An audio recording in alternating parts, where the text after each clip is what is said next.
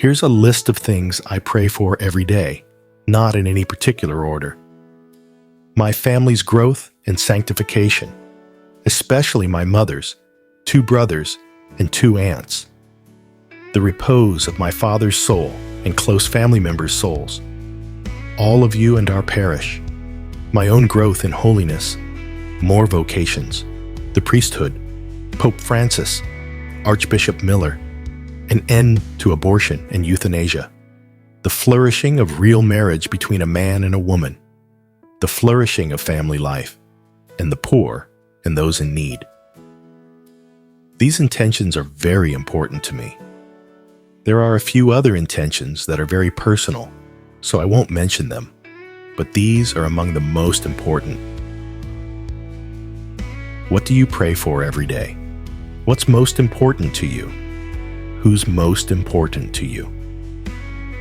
The gospel today is so beautiful, and the message is this: if we want to see things get better in our lives and in the lives of those we love, then we have to be completely open to whatever Jesus suggests, even if it's difficult, and even if we're not completely convinced.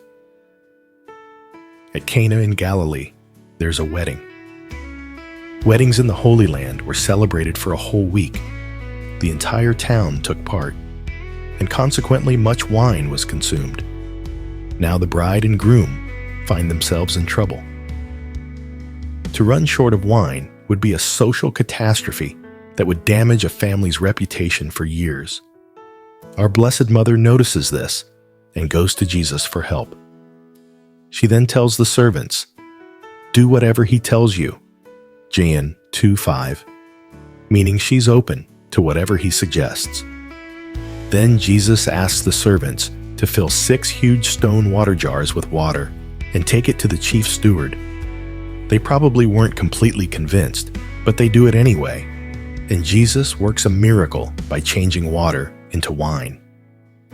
Great things will happen, miracles even, in the areas we're praying for, if we're open to whatever Jesus wants to do. I'll give you one serious example and one which you may think is silly. 1. A priest was once assigned to a parish in serious financial problems. From the moment he heard about the assignment, he was worried about going there, and once there, became increasingly nervous.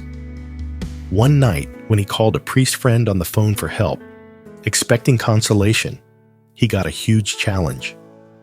To solve the financial problems, his friend suggested he start tithing, giving 10% of the parish's collection to charity and people in need. But the priest said, "I can't pay the bills as it is, and you want me to give 10% away? You're crazy." His friend said, "It seems you trust your money more than you trust God." This stung the priest right to the core, and over the next several weeks, he struggled with the idea. One day, he went over to the church and just sat in front of the tabernacle for a long time. Finally, he decided that he would lead the parish to become a tithing parish. On Monday, after the Sunday collections had been counted, he went to the bank, opened a new account, and deposited 10% of the collections. Each month, for 20 years now, he has distributed 10% of the parish's income to those in need. Little by little, the people of the parish were also won over to the idea of tithing. Today, that parish is a vibrant spiritual community with excellent facilities and fantastic programs. It supports many ministries locally and beyond, and has a couple $1 million in the bank. May I ask, how many people here would be open to the possibility of our parish giving 10% of our collection to charities and those in need? Can I see a show of hands, please? It's something to pray about, and sounds like a beautiful thing to do. And how many people would be willing to donate 10% of their salary to charities and those in need? 2. Two of my friends have always prayed for a strong marriage. They work on it and are proactive. But for a while, They felt their lives were so busy, so focused on the kids that they stopped enjoying things together. While they were totally on the same page with regards to God, the faith, and how to raise the girls, something was missing from their marriage. And they prayed about it. You know what was missing? Could it be affection, tenderness, listening? What was missing was jujitsu. That's right. The husband loves this sport because it's good to be with other guys, good for his health, and the spirit at the club is really good-natured. He tried a few years ago to get his wife involved. She tried it and didn't like it, but for Christmas this year, she decided to get him a present. She secretly trained for a month, kept a journal of what she was learning along with pictures. And on Christmas Day, she got dressed up in her jiu-jitsu uniform and surprised her husband. Best Christmas present ever for him. Why? Because not only are they still on the same page about the most important things in life, they now share a hobby together, and that's helped their relationship.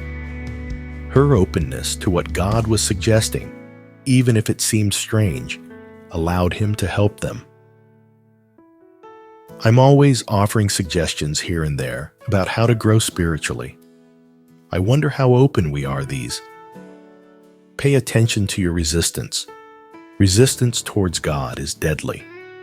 The famous rich young man in the gospel, who was seeking true life to know how to enter heaven, but then resisted Jesus' invitation to let go of his wealth, was never heard from again. That's crazy, isn't it? He encountered God in the flesh, got a direct answer from God himself, and then refused to follow. His resistance was deadly. Take confession. It's crazy how we all resist going to the one place that consistently gives us life, forgiveness, and grace. We've all experienced the power of confession, but we're still resistant. We wait until we commit a mortal sin to go back. We wait until Lent. We wait forever until we can overcome our sins. Matthew Kelly tells a story about a man who changed his life. Because something was missing in Matthew's life, the man suggested that he start visiting a church every day for 10 minutes, but he resisted. When he finally started doing it, he loved it and said he never knew how he lived without it. Then the man suggested daily Mass. Matthew resisted, then loved it. Then he suggested reading the Bible every day for 15 minutes. Matthew resisted, then loved it. Then he suggested visiting a nursing home once a month. When he resisted this, the man said, "I've asked you to do 3 things. Have those 3 things made you a happier person, a better person, moved you closer to God?" Yeah. Why are you so resistant? There's a part of us that always expects God's suggestions to be easy, enjoyable, and of amazing quality. So we're naturally resistant to what's hard, unpleasant, and of ordinary quality. That's deadly. Is there something in our life that we're not entirely convinced of, that we could see if God's calling us to it? Mother Teresa famously said, "Give God permission." Let's give him permission by trying things that are good. I'm not saying trying things that are bad, e.g., let's try getting drunk. No, when we're suggested something good by God, a friend or a priest, what do we have to lose? We can try it. And if we don't find it fruitful, we don't have to continue. But it's the openness to these good things that's important. Great things happen when we're open to what Jesus wants.